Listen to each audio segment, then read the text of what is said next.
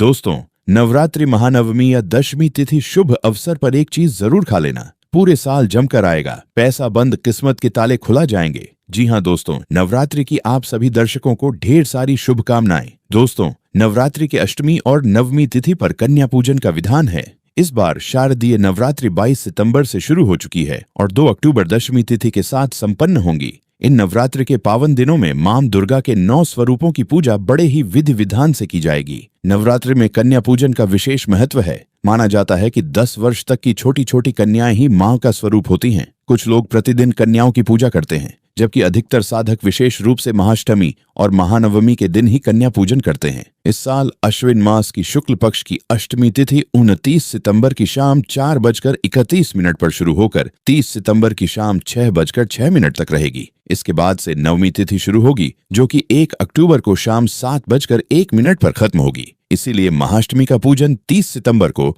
और महानवमी का पूजन 1 अक्टूबर को शाम 7:01 पर खत्म होगी। इसलिए महाअष्टमी का पूजन 30 सितंबर को और महानवमी 1 अक्टूबर को होगा। कन्या पूजन करने से मां दुर्गा बेहद प्रसन्न होती हैं और भक्तों पर अपनी कृपा बरसाती हैं। दोस्तों, कई ग्रहों का एक साथ मिलन होने के कारण इस दिन कई सारे राजयोग, धन योग का भी निर्माण हो रहा है और इस दिन देवी मैया की कृपा से सिद्ध नामक योग, महालक्ष्मी योग, धन योग भी बनेगा। माता शेरावाली को नवरात्रि बहुत ही प्रिय है और इस नवरात्रि की नवमी या दशमी तिथि पर अगर आप ये एक चीज खा लेते हैं तो पूरे साल आपको पैसों की किल्लत नहीं झेलनी पड़ेगी। जीवन में खूब धन संपदा आएगी और माता रानी की कृपा सदैव आपके ऊपर बरसती रहेगी। इस दिन आप कुछ करें या न करें, पर कन्या पूजन में या नवरात्रि की समाप्ति पर ये एक चीज जरूर खा लें। आज अगर आपने इस वीडियो को मिस कर दिया तो समझो आपने माता रानी का आशीर्वाद को खो दिया। 9 देवियों की कृपा जो आपको मिलने वाली थी वह आपको नहीं मिलेगी। माता रानी हर किसी के भाग्य में खुशियां नहीं देती है। इसीलिए आज इस वीडियो को पूरा जरूर देखें और वीडियो को लाइक करके जय माता रानी अवश्य लिखें। दोस्तों, आप यकीन नहीं करेंगे, जिस फल के बारे में आज हम आपको बताने वाले हैं, ये फल साक्षात 9 देवियों का सबसे प्रिय फल है। माता रानी इसी फल को पूरे नवरात्रों में ग्रहण करती है। ये फल इतना शक्तिशाली है, जो भी व्यक्ति इसे नवरात्रि के नवमी तिथि या दशमी पर खा लेता है, उसकी कुंडली के बारे नारे हो जाते हैं। उसे करोड़पति होने से कोई नहीं रोक सकता। घर में धन बड़ी जोरों शोरों के साथ बरसाता है। पैसा उसकी कुंडली में छपर फाड़ के अपने आप आ जाता है। रुतबा, पैसा, धन दौलत सब कुछ खींचा चला आता है। माता वैष्णो भी इसी फल को खाती है, जो कि उनको बहुत ही प्रिय फल है। सभी 33 कोटि देवताओं को यह चीज जरूर अर्पित किया जाता है। जो आज हम आपको जो जानकारी बताने वाले हैं दोस्तों, साल भर के इस नवरात्रि में माता रानी धरती पर आती है और अपने सच्चे भक्तों की पुकार, हर इच्छा अवश्य पूर्ण करती है।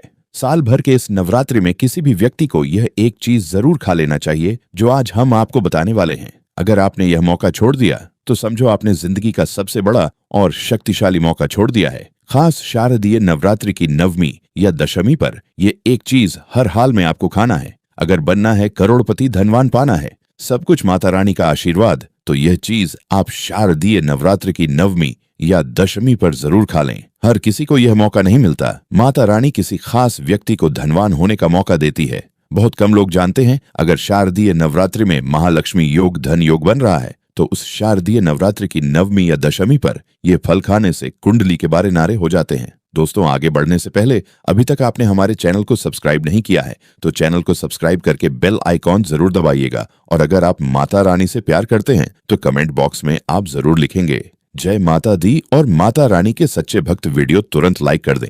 दोस्तों, सबसे पहले हम जानते हैं नवरात्रि में वह ऐसी कौन सी गलतियां हैं जो इस महानवमी पर आपको नहीं करना चाहिए। अगर आपसे जाने अनजाने में यह गलतियां हो गई हैं तो माता रानी से क्षमा मांग लें। अगर आप गलत तरीके से पूजा पाठ करते हैं तो यकीन मानिए जीवन में दुखों की प्राप्ति होती है। लेकिन जाने अनजाने में हम इस महान के दिन कुछ ऐसी गलतियां कर देते हैं तो पूजा पाठ में मिलने वाले पुण्य की जगह हम कहीं ना कहीं पाप के भागीदार हो जाएंगे या फिर हमारी पूजा ही निष्फल हो जाती है। ऐसे में वह कौन सी गलतियां हैं जिन्हें भूल कर भी नहीं करना चाहिए माता रानी की पूजा में? और अगर इस चल रही नवरात्रि में आपने यह गलतियां कर दी हैं तो अब आप क्या कर सकते हैं, आइए जानते हैं। हिंदू परंपरा के अनुसार नवरात्रि के पहले दिन कलश की स्थापना की जाती है। अगर आपने भी अपने घर में कलश की स्थापना की है तो इस बात का विशेष रूप से ध्यान रखें कि नवरात्रि, अष्टमी, नवमी और दशमी आपके घर में कोई ना कोई व्यक्ति सदा उपस्थित रहे, अपने घर को खाली छोड़कर कभी नहीं जाए। घट स्थापना के बाद अगर अष्टमी, नवमी और दशमी आप घर को खाली छोड़कर जाते हैं तो इससे आपको नवरात्रि व्रत और पूजन का पूर्ण फल प्राप्त नहीं होता है। माता रानी क्रोधित हो जाती है। दोस्तों, जरा आप ही सोचिए, नवरात्रि के पूरे 9 दिनों तक माता रानी आपके घर में आई है और आप ऐसे में माता को अकेला छोड़ देंगे तो माँ को बुरा लगेगा और वह आपके घर से हमेशा के लिए चली जाएगी। कम से कम नवरात्रि की समाप्ति तक व्रतधारी को माता की चौकी के सामने ही अपना आसन लगाना चाहिए। इससे माता प्रसन्न होती है और माता रानी को बहुत खुश होती है। ऐसे में माता रानी को अकेलापन भी महसूस नहीं होता। इसीलिए इन दिनों में आपको माता रानी को अकेला नहीं छोड़ना चाहिए। आपको माता रानी के पास में ही सोना चाहिए, क्योंकि माता रानी सब देखते हैं और अपने सच्चे भक्ति की हृदय से निकली पुकार को अवश्य ही सुनती है। नवरात्रि के पहले दिन अखंड ज्योत भी जलाई जाती है। अगर आप अखंड ज्योत जलाने का संकल्प ले चुके हैं तो ज्योति पूरे 9 दिनों तक जलती रहनी चाहिए। महानवमी के दिन गलती से भी अखंड ज्योति बुझनी नहीं चाहिए। कई बार बाती को ठीक करते समय बाती बुझने की संभावना होती है। इसीलिए जब भी आप अखंड ज्योति की बाती को सही करने जाएं, तो अखंड ज्योति में से ज्योत लेकर आप एक दूसरे दीपक को भी जलाकर पास में रख दें और फिर अखंड ज्योति की बाती सही करें। अगर उस वक्त गलती से भी आपकी बाती बुझ भी जाती है तो जो आपने दूसरे दीपक में ज्योत जलाकर रखी है, इस ज्योत से आप वापस अखंड ज्योत को जला दें तो इससे बाती बुझने का दोष नहीं लगता। दोस्तों, धर्म शास्त्रों के अनुसार नवरात्रि का पर्व या कोई भी पूजा पाठ, हवन आदि कर्ज लेकर नहीं करना चाहिए। नवरात्रि में जो व्यक्ति कर्ज लेकर माता रानी के व्रत रखता है, उपवास आदि रखता है, तो ऐसा व्रत कभी पूरा नहीं माना जाता। माता रानी तो सच्चे हृदय से इस नवमी पर 1 रुपया के बतासे भी अर्पित करने से वह खुश हो जाती है। बस मन में सच्ची श्रद्धा होना चाहिए। कर्ज लेकर माता रानी के जो व्रत रखता है उसके ऊपर और कर्ज हो जाता है, जो कि शनि देव ने भी कई बार इस बात को दोहराया है। कर्ज लेकर कोई व्रत आदि नहीं रखना चाहिए, पूजा पाठ, हवन आदि नहीं करना चाहिए और कन्या पूजन भी कर्जे के पैसे से नहीं करना है। हमेशा अपने पैसों से ही कोई शुभ कार्य करना अच्छा माना जाता है। माता रानी मात्र एक मिश्री के टुकड़े से भी प्रसन्न होती है। बस आपके दिल में माता का वास होना चाहिए। सच्ची श्रद्धा के आगे आपके करोड़ रुपए भी बेकार हैं। दोस्तों, अब जानते हैं नवरात्रि वह ऐसी कौन सी चीज है जिसे खा लेने से आपका भाग्य सूरज की तरह चमकेगा। चमकते सितारे की तरह आप चमकीले हो जाएंगे, आपके चेहरे का तेज बढ़ जाएगा। आपकी जो भी इच्छा है माता रानी अवश्य पूर्ण करेगी। सबसे पहले चीज है लौंग। जी हाँ, आपने सही सुना, माता रानी पूरे नवरात्रि के दिनों में लौंग ग्रहण करती है। लौंग का भोग 33 कोटि देवी देवताओं को लगता है। मान्यताओं के अनुसार नवरात्रि में मां दुर्गा को लौंग अर्पित करना बहुत ही शुभ माना जाता है, मंगलकारी माना जाता है। कहा जाता है कि मां अंबे को लौंग का जोड़ा अर्पित करने से मनोवम फल की प्रताप होती है। जो भी आपकी इच्छा हो संपूर्ण हो जाती है। इस दिन अगर आपने लौंग नहीं खाई तो समझो आपके व्रत अधूरे रह जाएंगे। आपकी जो भी इच्छा है सब अधूरी रह जाएगी। माता रानी को लौंग का जोड़ा अर्पित करने के बाद प्रसाद के स्वरूप में उठाकर आप भी अवश्य ग्रहण कर लें। आपको लखपति होते, करोड़पति होते देर नहीं लगेगी। दोस्तों, नवरात्रि के महानवमी या दशमी तिथि पर खीर बनाना बहुत ही शुभ माना जाता है। 33 कोटि देवी देवताओं को खीर का भोग अवश्य लगता है। माता लक्ष्मी दोनों हाथों से धन की वर्षा करती है। इस दिन आप भगवान को खीर अर्पित करने के बाद अवश्य खा लें, आपका मंगल हो जाएगा। दोस्तों, नवरात्रि में हर किसी व्यक्ति के घर में गंगा जल अवश्य होता है। अगर गंगा जल नहीं है तो नवरात्रि का व्रत रखने का कोई फायदा नहीं है। ऐसे घर में 33 कोटि देवी देवताओं का आशीर्वाद कभी नहीं प्राप्त होता है। खासतौर पर नवरात्रि में गंगा जल अवश्य पी लें। गंगा जल की कुछ बूंदें मुंह में डालने से व्यक्ति के अंदर जितनी भी नकारात्मकता होती है सब नष्ट हो जाती है। माता रानी की कृपा बरसती है। गंगा जल इस दिन अवश्य पी लें। नवरात्रि में सीताफल खाना बहुत ही शुभ माना जाता है। इसमें माता सीता का आशीर्वाद मिला होता है। 9 देवियों को सीताफल अवश्य अर्पित किया जाता है और प्रसाद के स्वरूप में आप इसे जरूर खा लें। सीताफल खाने से आपकी समस्त पीड़ा दूर होती है। आपकी जो भी इच्छाएं संपूर्ण हो जाती हैं। कहते हैं नवरात्रि के इस महान पर अगर आपने सीताफल नहीं खाया तो कुछ भी नहीं खाया। माता रानी की पूजा में सीताफल मां को अवश्य अर्पित करें और प्रसाद के स्वरूप में पूरे परिवार को खाना चाहिए। सीताफल खाने मात्र से माता सीता की कृपा, भगवान राम की कृपा आपके ऊपर बरसेगी।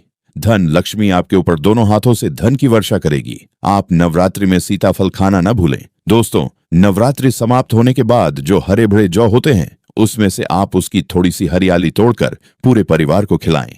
जौ के पत्ते खाने से माता रानी की कृपा बरसाती है और पूरे परिवार को माता रानी अपने चरणों में वास देती है। मां सदैव आपकी कृपा को पूरा करती है। नवरात्रि में हरे भरे जौ को अवश्य खा लें। इसके पत्ते खाना बहुत ही शुभ और मंगलकारी माना जाता है और बाकी बचे हुए जौ को आप गंगा में विसर्जित कर दे दोस्तों।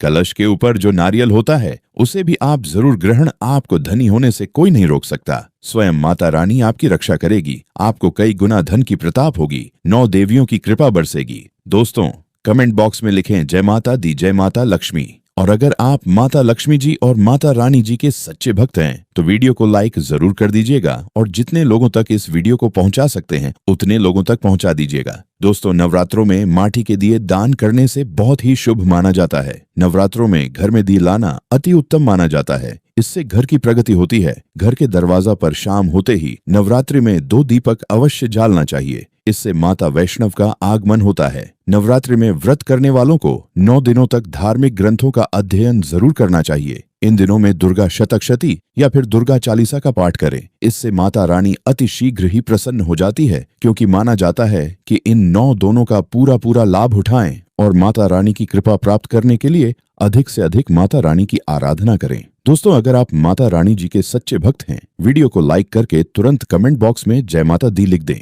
नवरात्रि के दौरान कलश के नीचे जो आप चावल रखते हैं उसका आप क्या करें, नवरात्रि समाप्त होने के बाद उसे आप पक्षियों को खिला दें या फिर पीपल के पेड़ के नीचे रखा आए, बहुत ही शुभ माना जाता है। इन चावलों को इधर उधर मत फेंकना, नहीं तो आपको व्रत का पूर्ण फल प्राप्त नहीं होगा। और दीपक का बचा हुआ तेल, घी किसी पेड़ के नीचे रखाए या किसी जमीन में दबा दें। तेल को इधर उधर गलती से भी मत फेंकना। इन नवरात्रि के दिनों में भूलकर भी वाद विवाद, लड़ाई झगड़ा, क्रोध इत्यादि नहीं करना चाहिए। माता रानी को क्रोध बिल्कुल भी पसंद नहीं है। शास्त्रों में बताया जाता है कि जिस घर में लड़ाई झगड़ा, ग्रह क्लेश, वाद विवाद होता है, ऐसे घर में महालक्ष्मी कभी नहीं आती। ऐसे घर में गरीबी और दरिद्रता वास करती है। उन्हें माँ दुर्गा के क्रोध का सामना करना पड़ सकता है। हमारी संस्कृति में कन्याओं को माँ दुर्गा का स्वरूप माना गया है, इसीलिए नवरात्रि में कन्या पूजन का बड़ा ही महत्व माना जाता है। नवरात्रि के व्रत और कन्या पूजन के बिना अधूरे माने जाते हैं, इसीलिए नवरात्रि के दौरान भूलकर भी किसी कन्या या महिला का अपमान न होने दें, उन्हें दुख न पहुंचाएं, उनका पूरा सम्मान करें, नहीं तो मां दुर्गा नाराज हो जाती है। कन्या जब आपके घर से प्रस्थान करे तो उनके थाली में चुपचाप एक लौंग अवश्य रख दें, इससे मां दुर्गा का आपको आशीर्वाद मिलेगा। उन 9 कन्याओं में स्वयं मां दुर्गा होती है। कन्याओं को सादा पानी न दें, पानी में आप एक बूंद शुद्ध गंगा जल अवश्य मिला लें, इससे आपका व्रत सफल हो जाएगा। माता रानी बहुत प्रसन्न होती है क्योंकि यह जल स्वयं जगत मां ग्रहण करती है। माता रानी को प्रसन्न करने के लिए इस बात का भी ध्यान रखें। देवी भागवत पुराण के अनुसार नवरात्रि के व्रत रखने वाले व्यक्ति अगर हिंसा करते हैं, क्लेश कलह करते हैं तो उन्हें अपने व्रत और पूजन का फल प्राप्त नहीं होता। माता रानी भी नाराज हो जाती है और हमेशा के लिए आपके घर से चली जाती है। इसीलिए इस बात का विशेष ध्यान रखें। हर क्लेश बात विवाद से बचे। नवरात्रि के दोनों में मानसिक धैर्य रखना बहुत आवश्यक होता है। मन में किसी के बारे में बुरे विचार मत रखना, बुरे विचार मन में न आने दें, किसी को दुख दर्द न पहुंचाएं। नवरात्रि के दिनों में हर एक व्यक्ति को ब्रह्मचर्य का पालन जरूर करना चाहिए। अक्सर लोग सोचते हैं कि हम पूजा पाठ करने के बाद ऐसा कर लेंगे, लेकिन यह घोर पाप है। माता रानी क्रोधित हो जाती है और व्रत खंडित हो जाता है। आपको बता दें, माता रानी का श्राप आपको लग सकता है। माँ की पूजा अर्चना पवित्र मन से करने से ही माँ प्रसन्न होती है, इसीलिए इन दोनों में शारीरिक संबंध कभी नहीं बनाने चाहिए। दोस्तों नवरात्रि के शुभ अवसर पर सात्विकता का भी विशेष ध्यान रखना चाहिए। नवरात्रि के व्रत का पूरा लाभ पाने के लिए आपके आहार विहार और विचारों में तामसिकता नहीं होनी चाहिए। इन दोनों तामसिक चीजों की सेवन से बचन, प्याज, लहसुन, मांस, अंडा इत्यादि का सेवन भूलकर भी न करें। नवरात्रि का व्रत रखना वालों को व्रत के दौरान अन्न और सरसों के तेल और सादे नमक का सेवन नहीं करना चाहिए। नवरात्रि के इन पूरे दिनों में पूर्ण रूप से सात्विक आहार लें। फलाहार भी एक ही जगह पर बैठकर ग्रहण करें। चल फिर उठकर बैठकर भोजन न करें। जमीन पर एक ही स्थान पर बैठकर भोजन ग्रहण करना चाहिए। नवरात्रि के व्रत का भोजन अगर आप एक बार खाने के लिए बैठे तो दोबारा आप तभी उठे जब आपका पेट भर जाए। नवरात्रि के इन दिनों में बाल नहीं काटना चाहिए। पुरुषों को दाढ़ी मूंछ भी नहीं बनानी चाहिए। नाखून भी नहीं काटने चाहिए। बाल काटना, दाढ़ी मूंछ बनाना हमारे धर्म शास्त्रों में अशुभ माना गया है। इन दिनों शुभ और मंगलकारी कार्य किया जाते हैं, इसीलिए नवरात्रि के दिनों में दाढ़ी बनाने और बाल और नाखून काटने से बचें। दोस्तों विष्णु पुराण के अनुसार नवरात्रि का व्रत रखना वालों को दिन में नहीं सोना चाहिए। तंबाकू और सिगरेट का सेवन भी नहीं करना चाहिए। ऐसी चीजों से व्रत खंडित हो जाता है। सामान्य सी बात है, लेकिन नवरात्रि के दिनों में सभी को रोज स्नान करना चाहिए और साफ और क्लीन वस्त्रों का धारण करना चाहिए।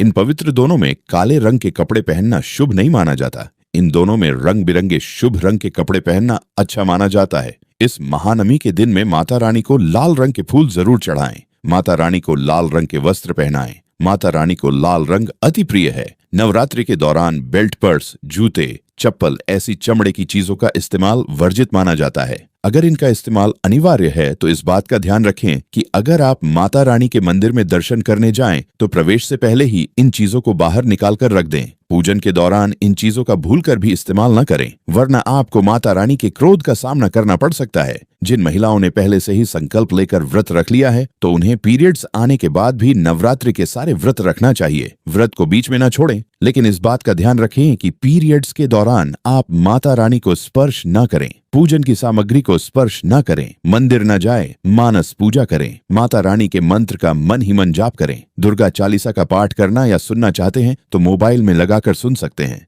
बहुत ही शुभ होगा।